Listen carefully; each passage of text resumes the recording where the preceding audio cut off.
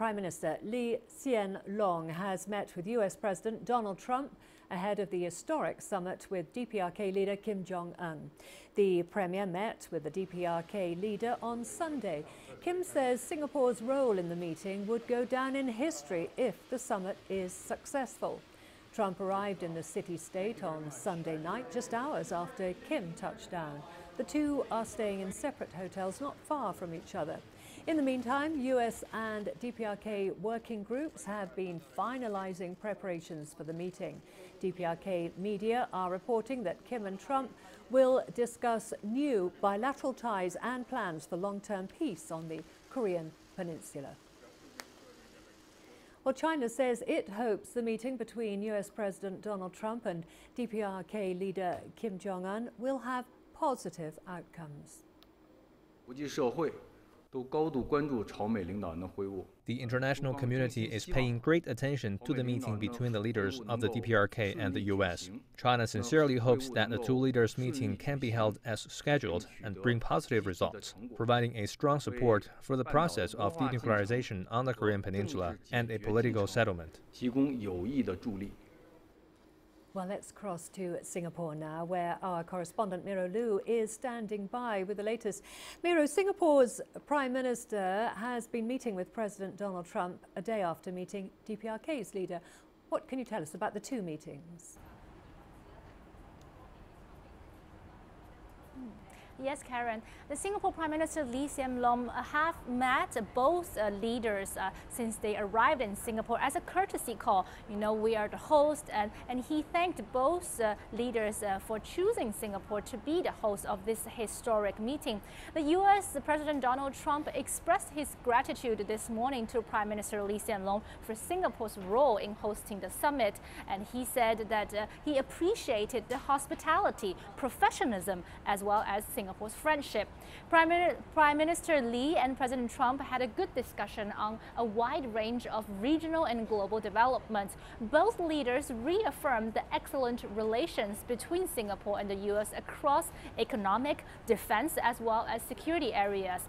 President Trump also expressed the U.S. continued commitment to engage in the region and his support for Singapore's chairmanship of ASEAN. In this regard, U.S. President Donald Trump has accepted the invitation from Singapore President Halimah Yacob to make a state visit to Singapore later this year in November, in conjunction with the 6th ASEAN-US Summit, as well as the 13th East Asia Summit. Karen. Okay, well, let's talk about this much-anticipated summit between the two leaders. It's just hours away. How are the preparations going for that? Yeah. Diplomats from the U.S. as well as DPRK are rushing against time in preparation for the meeting on Tuesday morning, 9 a.m. local time. Just this morning, less than 24 hours before the first meeting, both sides met behind closed door at the Ritz-Carlton Hotel here in Singapore in a bid to narrow their differences ahead of the summit between their leaders. The former U.S. Special Representative for North Korean Policy, Sun Kim, who has been leading the U.S. in talks with DPRK Vice Foreign Minister Chu Sun-hui in the broader Chu's village of Panmunjom since last month, is said to have meetings this morning to really narrow the gap of the definition of denuclearization. This afternoon, after the U.S. President Trump met with PM Lee, U.S. Secretary of State Mike Pompeo in a statement said that Mr. Trump and the entire U.S. team are looking forward to Tuesday morning's summit with the DPRK leader. He said that we have had substantive and detailed meetings to date, including this morning with the North Koreans. The president is well prepared for tomorrow's engagement, and he mentioned that the U.S. position remains clear and unchanged, and that is the position on CVID, the complete, verifiable and irreversible denuclearization. Karen. Okay, so meetings have already started. They're trying to narrow the gap. What do you think is the likely outcome from this historic summit?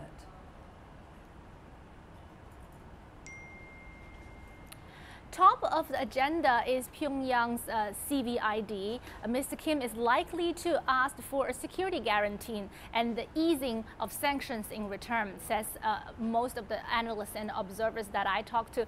Some of them also said a peace treaty ending the Korean War may be also on the table.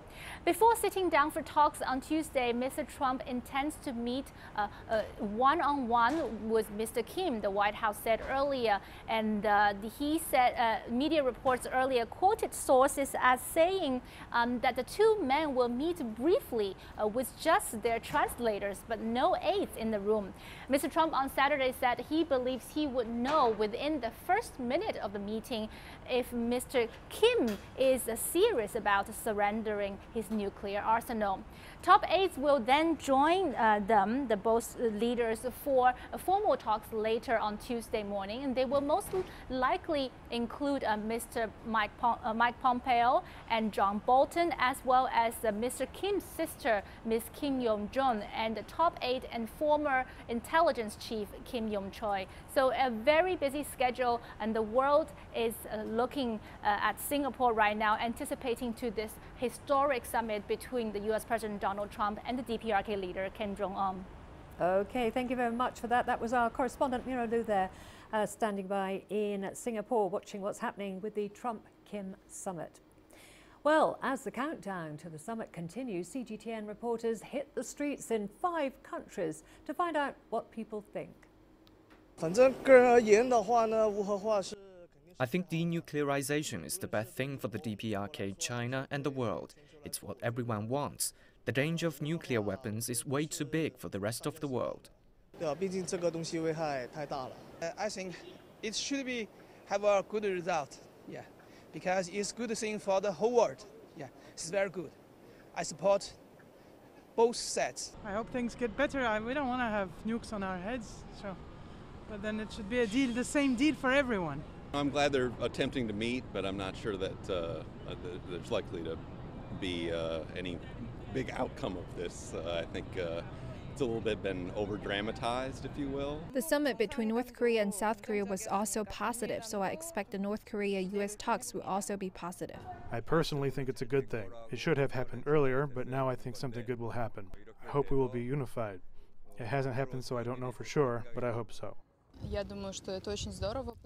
I think that's very good because North Korea is finally taking some steps to regulate relations at the international scene. The more those steps are taken towards the meeting, the more peaceful the world will be. Trump is scaring North Korea all the time, and his forces are there in combat readiness. I think they can get along, although I don't think that it all depends on Trump. I think it might be a 50-50 chance of progress. If North Korea does not lie and Kim Jong Un really wants to denuclearize from his heart, things will go well. But if they continue to place their military as a priority, we might be fooled again.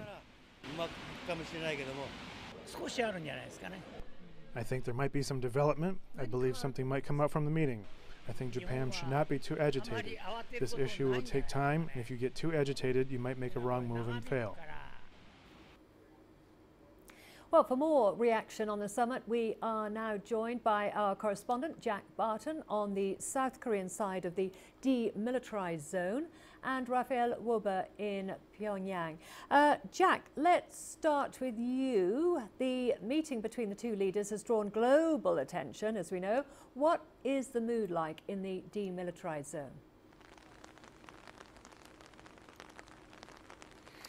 Well, the mood across South Korea at the moment, this is a place where people are normally fairly blasé about whatever's going on in North Korea. If there's a nuclear test and you talk to people on the street, they say, you know, either we haven't heard about it or we're not interested. It's not the case at the moment. People are glued to the television screens. We haven't got a reliable poll out recently to really give an indication of what they're thinking, but we know it's around-the-clock media coverage here. Everybody is watching. Everybody is talking about it. Today we've had an unexpected last-minute phone call between President Moon Jae-in and Donald Trump, with Donald Trump assuring him that there will be full coordination with South Korea after this summit on whatever the outcomes. He's also going to send Mike Pompeo, the US Secretary of State, here immediately after that meeting. And also the Foreign Minister, Kang Kyung-wha, has been on the phone with her Singaporean counterpart, Vivian Balakrishnan, talking about his trip to Pyongyang and also the Singaporean Prime Minister's meeting with Kim Jong Un.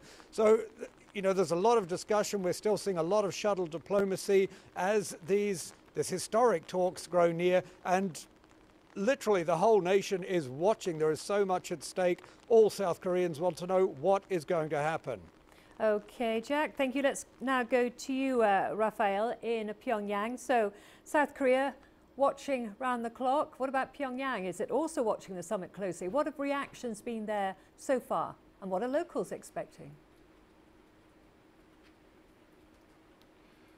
I've got to say there's a very big contrast. Here, the situation in terms of what is presented in the media is really very different. I was surprised early this morning, Monday, when the first news did actually come out from the state news agency here, saying that the DPRK's Supreme Leader Kim Jong Un had left for Singapore, arrived there and met the Singapore Prime Minister yesterday. So all of that came out in 3 fairly terse reports from the DPRK's state news agency this morning, followed up quickly in the main newspaper, the Workers' Daily, and then on television in repeated broadcasts here. But although it took up the first 2 pages of the Workers' Daily with photos of the ceremony for departure yesterday Sunday, as well as arrival in Singapore, and also photo ops of the DPRK Supreme Leader Kim Jong Un sitting down with the Singapore Prime Minister, it's been a very muted situation here in Pyongyang. It's not a topic of public discussion. It's been interesting to see what was emphasized in those state media reports. It's not always the case that when a DPRK leader travels abroad that the reports actually come out in the media here while the trip is still going on. So this is something special in itself. And I think that it's very interesting to me that it was emphasized in that copy from the start of today that the meeting, the summit, first of all, the date, which hadn't been mentioned here before. Of course, everybody knows the June the 12th date, but it hadn't been mentioned here before, as well as about the content of the meetings. The KCNA, Korean Central News Agency report said clearly that at this summit there is expected to be a wide-ranging and profound exchange of views on new DPRK-US relations, as well as a lasting peace on the Korean Peninsula, and as well the denuclearization issue. So everybody has heard that here today in Pyongyang, but it's not something that's keeping people glued to the TVs or a topic of public conversation. Okay, thank you, Raf. Back to you, Jack. Do South Koreans feel confident this summit will mark the beginning of a new era on the Korean Peninsula? They have realistic expectations, that is for sure. To the outside world, of course, most of the focus has been on Donald Trump really trying to sell this summit as a one-stop shop where there will be a deal on complete, verifiable and irreversible denuclearization. He's been trying to walk back from that over the past few weeks, give it a more realistic timeline, but that expectation has been here in South Korea all along. They've been down this road many times before. They've seen the outcome. They've seen their hopes go up in smoke. And so they are realistic. At the same time, they're hopeful. We have seen some polls, about a month ago showing that a majority of people support President Moon Jae-in's efforts to get these talks going between the United States and the DPRK, and a majority of them, and that majority is growing, so it's getting momentum.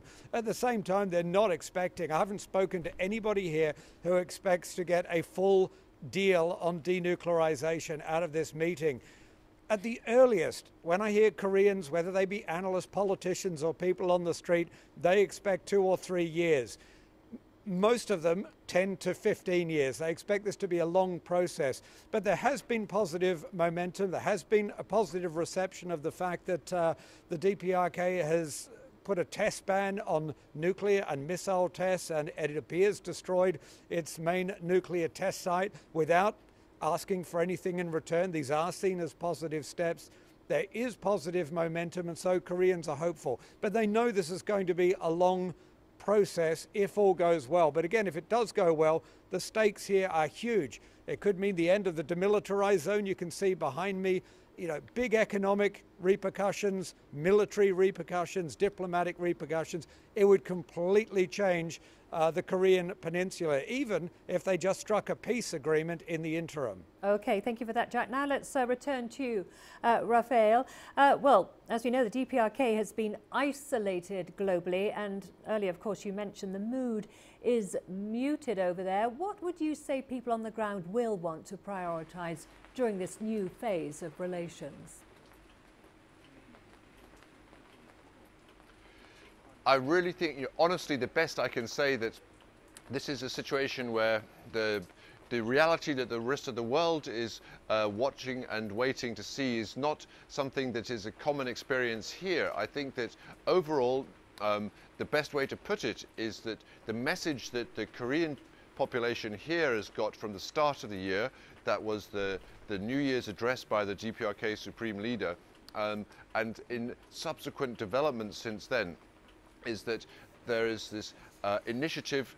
It's very much presented as an initiative taken by the leader here to, but first of all, reconcile with the south of Korea, and we saw that during the Winter Olympics time, and then also the other kinds of meetings and international outreach that we've seen so far. But I don't think that there is a connection made that we can make in terms of popular thinking and all of this process that is capturing the attention of the world.